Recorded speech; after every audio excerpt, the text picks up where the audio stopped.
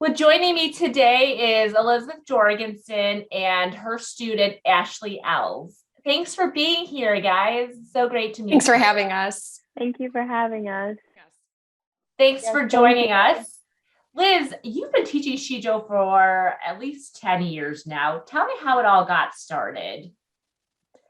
I am always looking for authentic places for my students' work. I want them to know that their writing can be shared outside of our classroom walls. And so I'm always looking for places that welcome student submissions, publications, competitions. And that's how I found this particular Shijo competition. And just using the resources on their website, I taught myself the form and then shared that with my students, and just year after year, read more about it, connected with more people, just learned more, and was able to in turn share that with more and more students every year. And you are based in Wisconsin, correct? Yes. And how was that received? How was Shijo received? I think educators and other students.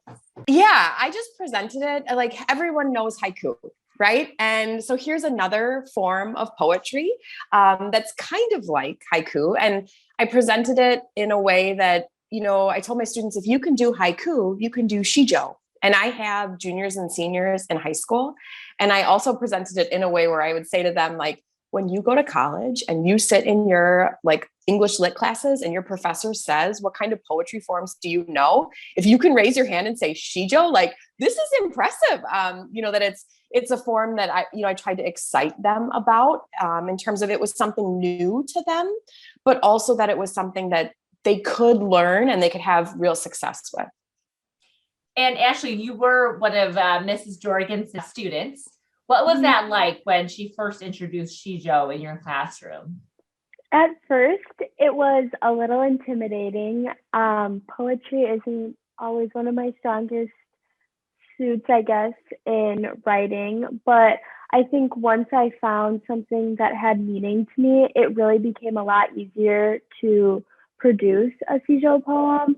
And so I actually really enjoyed it. At first, again, it was very intimidating, but once you started working at it, it really became fun. And it was almost like a puzzle trying to figure out the right syllables and the right words to make it flow together. And what grade are you in right now in high school? I'm a senior. You're a senior. So how many years have you been practicing this type of poetry? I just was introduced to it this summer during my creative writing class, and I'm really glad I was, because all I knew was about haikus. And so having something like Sijo is just another poetry form that I can use later on in life.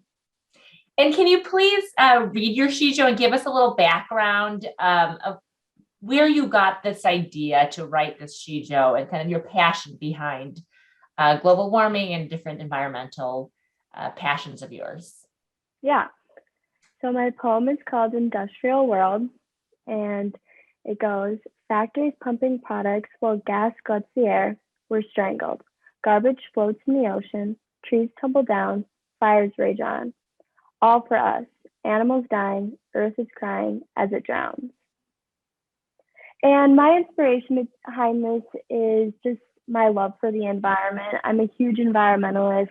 It's something that protecting the earth is something that I participate in every single day. We have an earth club at Arrowhead, and I participate in that. I've been a vegetarian now for 5 years just for environmental purposes. And I think it's really important to protect the earth, as it is our home and it's home to a lot of amazing things. And I think our industrialization is kind of taking that beauty away. Mm-hmm. Well, that's awesome. And Liz, how do you tap into different students' poetry skill set when Ashley mentioned herself that she never considered herself a poet. How do you get people excited? How do you get kids excited about Shijo? I think it varies depending on the class structure. And Ashley actually was in a summer school class that's completely asynchronous.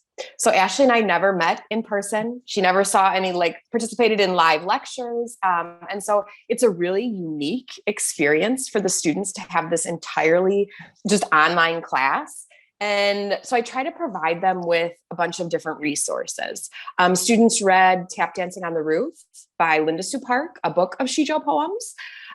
They also had the opportunity to watch some of the YouTube clips on the Sejong Cultural Society's webpage of me teaching other students. I gave them some articles to look at. Then they had some time to just explore topics that they were interested in. And I found that when kids write about things that they are interested in, they're just more invested. They care more. And that's one of the great things about this poetry form and this competition is that kids can write about whatever they are passionate about, whatever they care about. And then the students posted some rough drafts to like an online discussion board. They provided feedback to one another. I also provided some feedback to them. And we just continued to workshop the poems that way. That's awesome. What makes a good Sijo writer? What would you say? I think it's that emotional quality. Like the writer has to have a point. Like, why are they writing what they're writing? And then to be able to allow the reader to get that point, but not in a way where like you're pounding it over their head or like, this is my point, but more alluding to it, allowing the reader to take from it what they will. It's so hard because poetry is art. And I would love to say, like, if you do X, Y, and Z, you will have a winning poem. But, I don't think that there is a formula, but it's more just about following your own heart and your own passion. Much like Ashley was saying, like, she really cared about the topic. And then that in turn resonated with readers. Yeah, you really have to condense and make your points very concise. You only have so many words and syllables to use. Yeah, and that can be a definite challenge. You have this huge story that you want to tell, and then how do I condense that down to not only the form, but also the syllables? And it's a challenge. What are your thoughts about Sijo going global?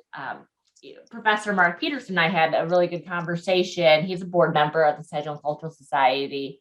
And he was like, I would love for one day every American classroom to teach Sijo like haiku is taught. So what's the holdback? Where do you see, not just the US, but globally, the idea of propagating Sijo? I mean, why not? Right? Mm-hmm. If haiku is ubiquitous in American schools, Sijo is the logical next step to that.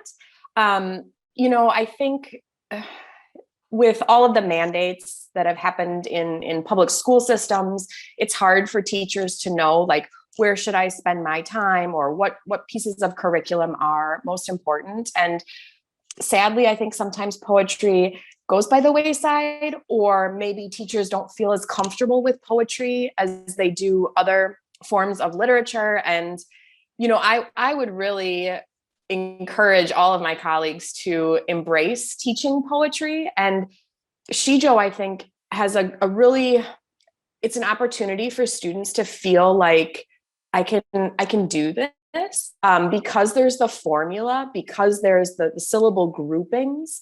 It's kind of like haiku, right? Everyone knows 5-7-5. You feel comfortable with that form. I think that Sijo definitely can be the next step. And for both of you to answer, did learning Sijo grow your interest in Korean culture? Did you know anything about Korean culture before you tapped into Sijo? For me, I didn't know much about Korean culture before Sijo, really, but it definitely has sparked my interest in Korean culture. We don't really get taught much about different Asian cultures in school. So it really was interesting just to get even the slightest bit of new knowledge about the Korean culture. And I certainly would love to learn more. That's awesome. I would echo that same thing. Like, I did not know a whole lot about Korean culture. And now anytime I see something, even there was like a documentary about Blackpink, I think it was on Netflix, and I was like, I have to watch it. Like, I want to see this. And even Korean food. And it's just, it really has energized me to learn more about Korean culture. Well, that's fantastic. Anything else you would like to share with our community, Elizabeth or Ashley, people who follow us on YouTube and on social? I would say anyone who's thinking about it, try it. Write a poem, share it with your significant other, with your family, with your loved ones, whomever. And just, I've encouraged my friends to do the same thing. And it's been a really cool bonding experience just to see a different side of my friends, to connect in a creative way. I don't think it has to stay in schools. Like, I think we can just be writing and sharing poetry all the time. Yeah, and you've written a couple books, correct, around Sijo?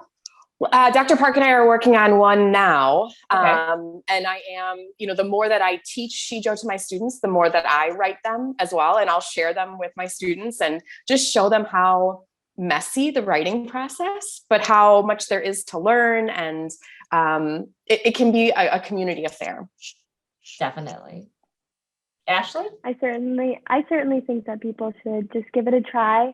Find something that you're passionate about and make a poem out of it. It seems very scary at first, but it really is super fun and just something different. We're so used to writing essays and thesis statements and such. So just having something fun and different is really a great experience. Well, you said it perfectly, Ashley. Thank you, both of you, for having this delightful conversation around Sijo. And I hope that people are inspired to just take a stab at it. There's plenty of resources on our Sejong Cultural Society website if you want to learn how to write Sijo, and many more videos to come from other winners and other writers. So thank you, Liz. Thank you, Ashley. Thank you. Thank you. All right.